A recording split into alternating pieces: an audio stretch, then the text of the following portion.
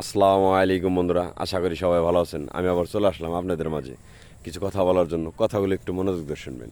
আমার বাড়ি গ্রামে, থাকি গ্রামেই। দেখুন গ্রামের পরিবেশটা যে কতটাই সুন্দর তা নিজে চোখে না দেখলে বোঝা যায় না।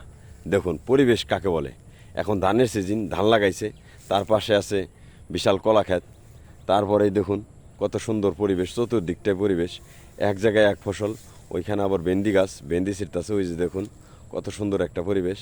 পরিবেশের কথা আর কি বলবো, নিজের চোখে না দেখলে এই পরিবেশ ভাষায় প্রকাশ করা যায় না। তো শহরের মানুষ বিশেষ করে এই পরিবেশ, সবুজ শ্যামল পরিবেশগুলো কখনোই চোখে দেখে না। কারণ তারা যদি গ্রাম অঞ্চলে আসতো ঠিক মতো, তাহলে পরিবেশটা দেখতে পারতো। আর ঢাকা শহরে থাকাটা যে কী যন্ত্রণাদায়ক আমি মনে করি।